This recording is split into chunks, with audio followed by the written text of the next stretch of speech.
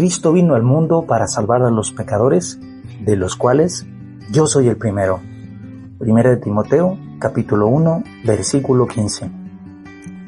Bienvenido a Cristófilos.mx, el podcast católico donde exploramos relatos reales de personas que transformaron su vida al encontrarse con Cristo y su Iglesia Católica. Periódicamente, un episodio nuevo, con entrevistas profundas, reflexiones y testimonios que hablan por sí solos, para motivarte a dar el paso de seguir a Cristo y quedarte con Él. Yo soy el Padre Antonio Lorenzana Ramírez, sacerdote católico de la Diócesis de Colima, México. ¿Preparado para esta aventura? Comenzamos. Buenos días a todo el auditorio que nos acompaña el día de hoy en Cristófilos.mx. Tenemos el gusto de presentar a la Madre Ana María Arcos Hernández. La hermana Ana María Arcos Hernández viene acompañándonos el día de hoy y ella es originaria de un pueblo de Campeche. Se llama La Candelaria. Nació el 26 de julio de 1993. Sus padres, Pedro Arcos Peñate y María Concepción Hernández López. Es la segunda de 11 hermanos, 5 hombres y 6 mujeres dentro de su familia. Y ahorita nos va a decir ella a qué instituto pertenece. La vida consagrada es un don de Dios en beneficio de toda la Iglesia y al servicio de la vida del mundo. Su vocación consiste en buscar a Dios, dedicando las mejores energías de la vida a esta búsqueda, pasando de lo secundario a lo esencial, a lo que es verdaderamente importante. San Juan Pablo II en su documento Vida Consagrada. Bienvenidos a Cristófilos, yo soy el Padre Antonio Lorenzana Ramírez, sacerdote católico de la Diócesis de Colima, México. Si quieres escuchar un testimonio emocionante de una persona que dejó todo por seguir a Cristo en una tierra lejana, te invitamos a que nos acompañes en esta entrevista con la Madre Ana María Arcos Hernández, originaria del estado de Campeche, que actualmente está de misionera en Toledo, España. Bienvenida, Madre Anita.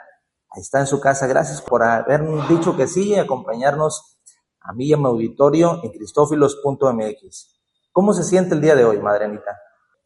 Bueno, pues antes que nada, buenos días a todos. Agradecer pues esta oportunidad y cómo me siento pues contenta, feliz también el poder compartir humildemente pues mi testimonio y sobre todo pues el compartir la fe. Me siento contenta y feliz. Qué bueno, Madre Anita. ¿Sería tan amable decirnos el nombre de su congregación o instituto? ¿Cómo se llama su congregación? Claro que sí. El convento al que pertenezco se llama Siervas Guadalupanas de Cristo Sacerdote. Nuestro carisma es sacerdotal totalmente, desde ofrecer nuestra vida por la santificación de los sacerdotes a servirles en sus diferentes tareas pastorales. Muchas gracias, Madre Anita. ¿Cómo fue la infancia de usted, Madre Anita, para poco a poquito conocer cómo Dios fue sembrando la semilla de la vocación en usted, en su familia? ¿Cómo era su familia? ¿En qué ambiente creció usted y vivió? Bueno, mi infancia pues fue como pues sencilla como la de muchos, pero yo soy de un pueblito muy pequeñito y siempre lo recuerdo pues como una gracia el poder disfrutar mucho de mi mamá, de mi papá, de la naturaleza, porque vivía en un rancho literalmente muy pequeñito. Pues para mí ha sido una bendición porque muchos papas lo han pedido siempre, que debemos de ir a nuestros orígenes y recordar que el Señor, pues como ha pasado con algunos profetas, nos llamó de detrás del rebaño, ¿no? Yo podría decir que que mi vida era algo así, ¿no? La convivencia más común que tenía pues era eso, a lo que mi papá se dedicaba pues al campo, al ganado. Y entonces mi vida fue muy, muy sencilla y desde ahí, desde el trabajo en el campo, en todos estos ambientes de ranchería, pues yo desde muy chiquita a lo mejor conocía muy poco de la fe, pero el Señor pues ya iba sembrando algo. Eso sí, desde muy pequeña siempre recuerdo mucho y lo veo ahora como una gracia que estando en el campo, en la naturaleza, siempre sentía la brisa del viento y me llenaba mucho de emoción de pensar de que aquello eran caricias de Dios.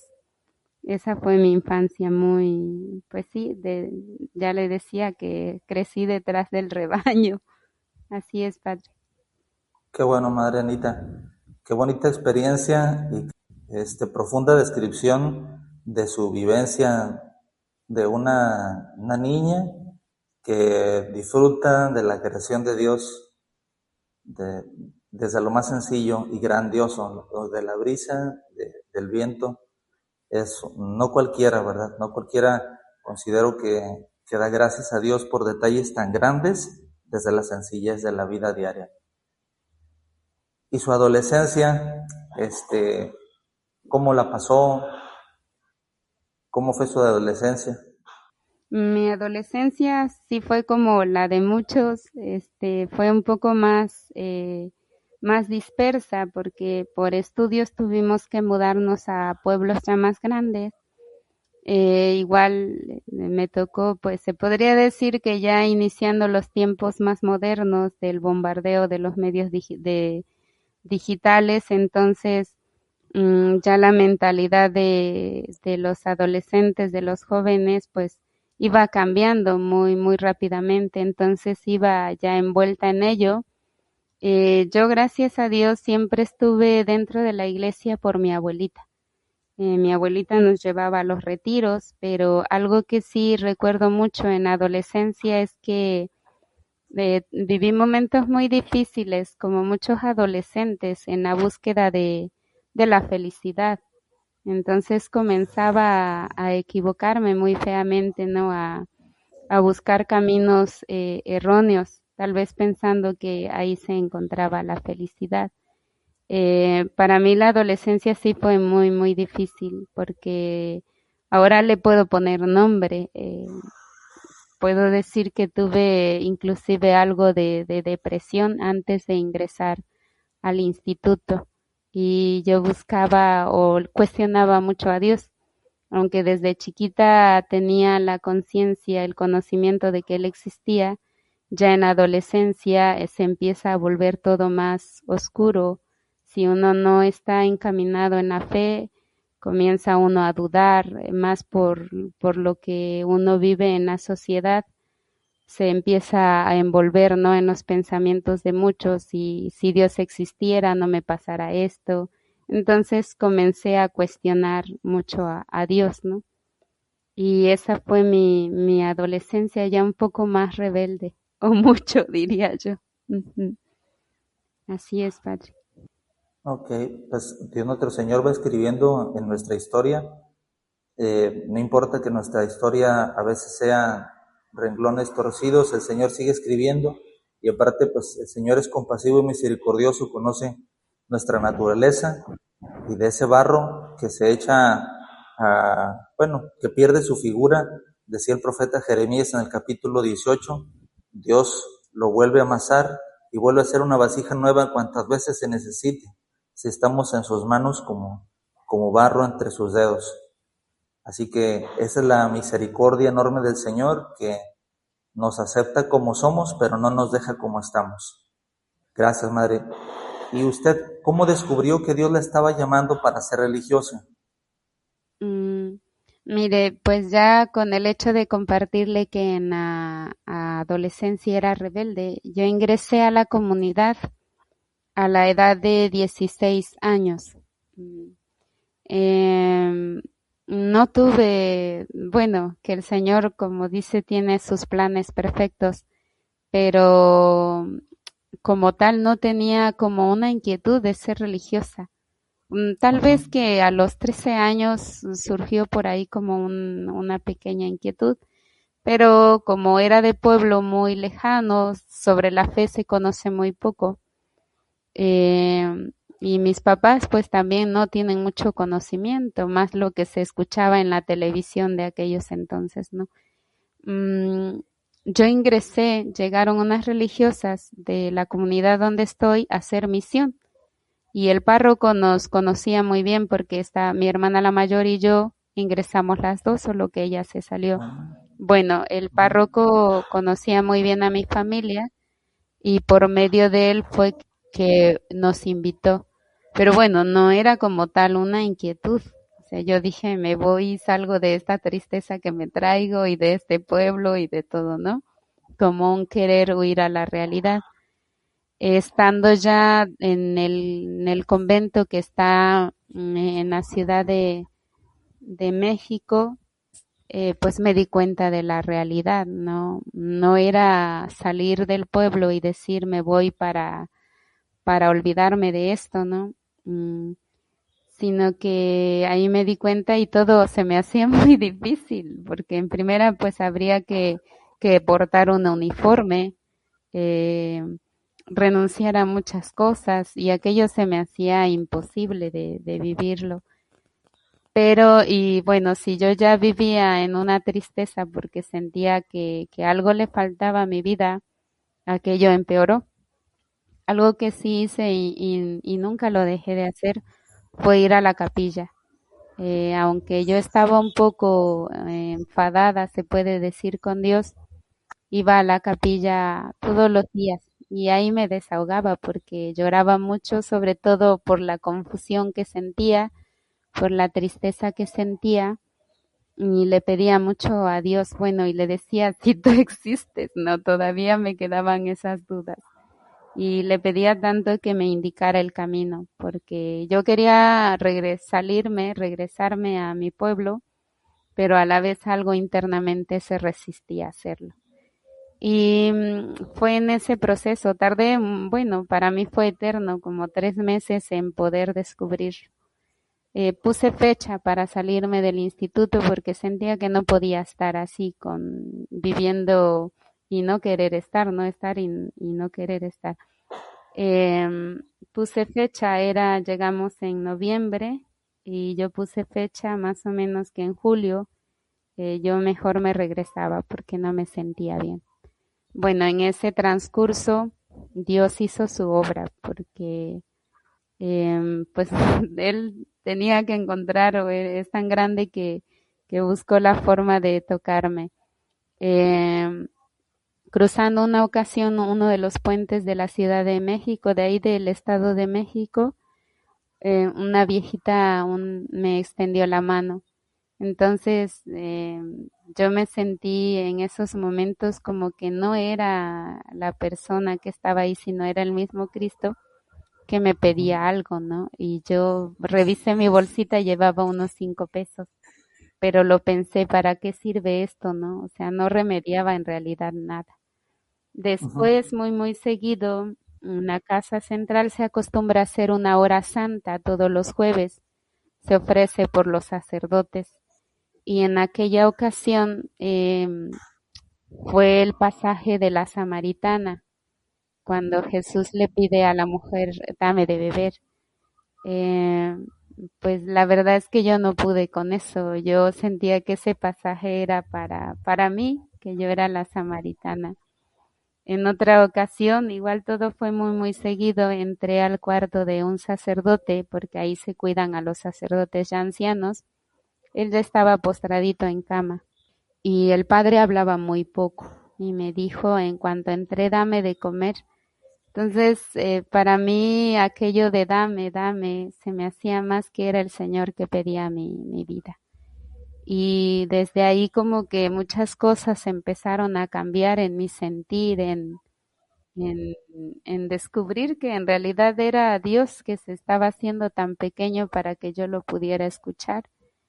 Y ya no pude, eso me venció y desde entonces pues para mí fue una clave, ¿no?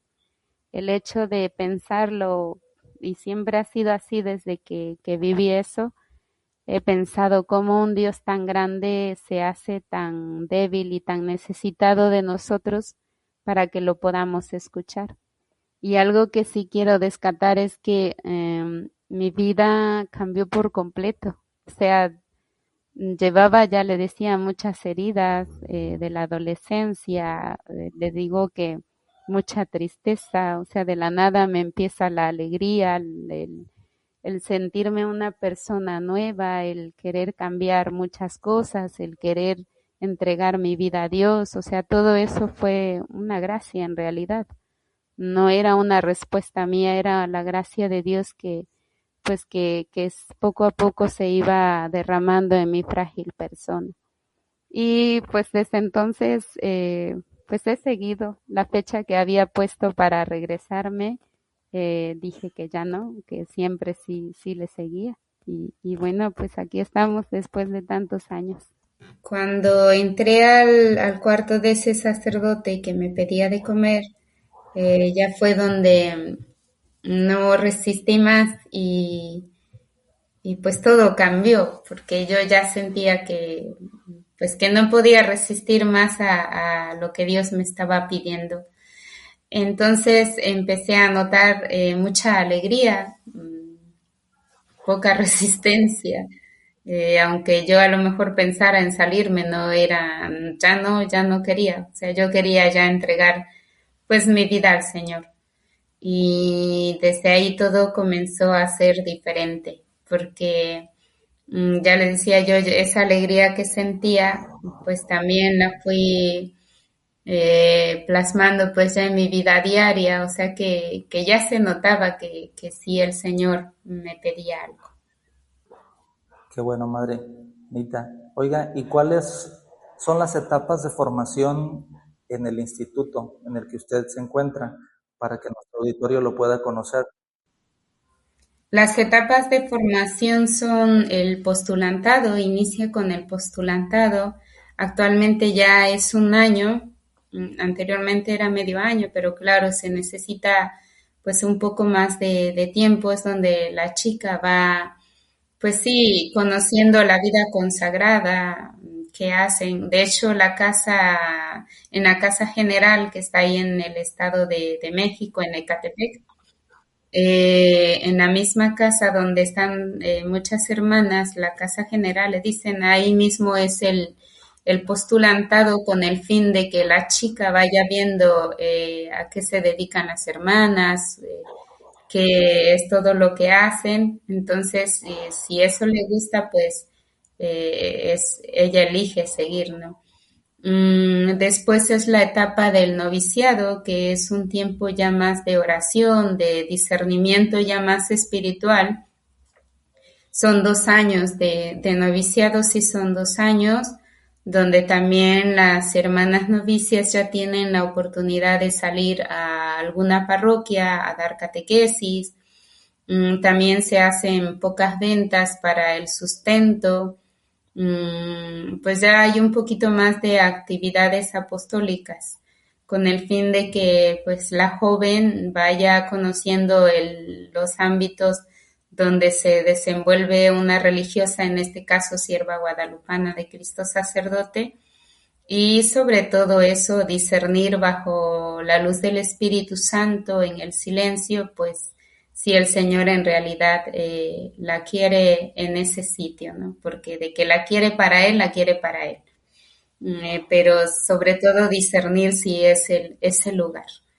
Después de los 2 años, si la joven está preparada, existe el juniorado. El juniorado son 5 años. En esa etapa, la novicia hace sus primeros votos, perdón, la juniora, ya después del noviciado, hacen sus primeros votos y al año renuevan. Después van por otros 2 años y otros 2 años hasta llegar a la profesión perpetua. En ese tiempo también la joven puede a lo mejor decir, pues he descubierto que no es mi sitio y tiene la oportunidad aún pues todo el tiempo la tenemos en realidad, pero todo ese proceso de formación, de discernimiento, es para madurar la fe, madurar la entrega y si el sí definitivo se va a dar, pues en todo ese tiempo lo puede uno hacer. Y esas son las etapas de formación. Sí, en realidad es corto el tiempo, pero también se procura que la chica, la joven, pueda estar en constante oración, que eso es para todo cristiano, ¿no? Ya desde que una joven quiera ingresar, pues siempre se recomienda que se tiene que discernir la vocación, pues bajo la luz del Espíritu Santo. Muy bien, madre. ¿Y cuántos años son en total de su formación en total? Se puede decir que son el año de postulante, los 2 años de novicia y los 5, entonces unos 8 o inclusive 9, dependiendo de la chica. A veces necesitan también más tiempo para madurar su proceso y el tiempo se les da. Ya si en ese tiempo la hermana no se siente capaz, no siente que sea pues su sitio, también pues libremente, como en todo tiempo le decía, puede ella decir que no ha encontrado pues que no es a lo mejor lo que Dios le pide, ¿no? Entonces son más o menos 8 años para la consagración perpetua. Uh-huh. Así ¿Cuántas es, padre. compañeras tuvo usted cuando ingresó a la congregación? Y de esas que entraron a la congregación, ¿cuántas se consagraron religiosas en su etapa? Pues mire, fuimos 5, bueno, éramos mucha en el postulantado, pero como íbamos por etapas, mis compañeras eran 5. Y de esas 5, pues solo quedé yo para contarlo. Ha sido, pues sí, es verdad que el Señor llama a muchos y escoge pocos, o también siempre nos da la libertad para seguirle, a lo mejor no en este, yo ya le decía, en este instituto, en este convento, sino en otro carisma. Así que Él tiene un plan perfecto para cada quien. De las 5 que éramos, solo he quedado yo. Uh-huh. Qué bendición. ¿Y qué día hizo usted sus votos, madre? ¿Qué día y qué año? Yo ya soy de las hermanas más mayores. Sí, yo ya hice mis votos perpetuos, los hice en el 2017. Así que ya llevo un recorrido ya largo. Yo puedo decir que ya largo en la vida consagrada. Sí, ya tengo unos Qué añitos de bueno, madre. consagrada. Mm. Qué bendición. La mayor bendición, consagrarle nuestra vida a Dios nuestro Señor. Yo lo digo también por experiencia personal. Así Madre, es, padre. ¿usted alguna vez, estando en la formación, pensó salirse o tuvo novio antes de entrar a la congregación? Bueno, respondo lo último primero. Sí tuve novio. En mi pueblo hay culturas todavía en México muy arraigadas que a pesar de la época en la que vivimos, pues hay muchas creencias que todavía se siguen. Al menos por mi zona, las chicas se casan muy, muy jóvenes, 15, 16 años ya tiene que ser porque si no se les va el tren, dicen. Entonces yo tuve pretendientes, novio no porque mi papá no nos dejaba, porque él pedía que estudiáramos. Entonces, como tal, novio no, pretendiente sí, pero también era como un tiempo decisivo. Si vas a estudiar, Sí. te vas a casar, entonces esa etapa era fue para mí muy dura, porque en realidad mis sueños ya eran de superarme y mi papá era muy exigente. Entonces no podía darme el gusto de decir, ay, un noviecito aquí cualquiera, ¿no? Para pasar el rato, no podía porque mi papá es una persona muy seria y yo no podía estar haciendo eso y sí nos decía, o te casas o estudias. Entonces tenía que decidir, ¿no? Entonces pretendientes sí que tuve Y pues bueno, a todas las chicas a esa edad, pues a cualquiera se le antoja tener un novio pasajero, ¿no? Pero en mi caso no podía tener esa oportunidad. Y contesto lo otro de que si alguna vez me quise salir, de que si alguna vez he tenido la tentación de salirme, pues yo podría decir que algún momento, tal vez que sí, en crisis, toda persona para ir madurando nuestra fe, pasamos por diferentes etapas. Entonces también he tenido mis crisis, así tan fuerte, tal vez que una, pero, o sea que son momentos en los que ya uno estando a lo mejor tras haberla pasado, puede decir que es para crecer, para madurar la fe y sí que en algunas veces, si alguna vez estuve a punto de decir, porque no me sentía capaz, porque dudaba de mi persona, claro, eso lo he ido creciendo y lo he ido madurando y he descubierto pues que mi vida está en manos de Dios y que toda mi respuesta como tal, en mí está el responder, pero en Dios está el darme la fuerza y la gracia para seguir. Así es. Bien dicho, madre, y con mucha madurez ya lo va comentando, porque es cierto, a veces las pruebas de la vida el Señor solo sabe por qué las permite, pero en medio de esas pruebas Él nos va fortaleciendo y a veces los mismos errores son oportunidades para crecer, para consolidar el sí del Señor o para alejarse completamente de Él, pero cuando estamos de la mano de Dios, aunque callamos, aunque fallemos, aunque dudemos, son oportunidades para decir, a pesar de todo, quiero seguir al Señor. Y esa experiencia de lucha interna, de combate espiritual, nos va ayudando en nuestro caminar para cuando tenemos alguna otra prueba, decir, yo ya tomé mi decisión y ya no está en juego, ya no está en opinión mi sí al Señor, ¿verdad? Así que pues todo sirve para el bien de los que aman al Señor, nos dice San Pablo. Qué bueno, madre. ¿En qué lugares ha estado de misión usted desde que se consagró de religiosa? ¿De que hizo sus votos perpetuos me refiero? Bueno, nosotras comenzamos a salir a la misión ya después de unos 1 o 2 años ya de la primera profesión, que es después del noviciado.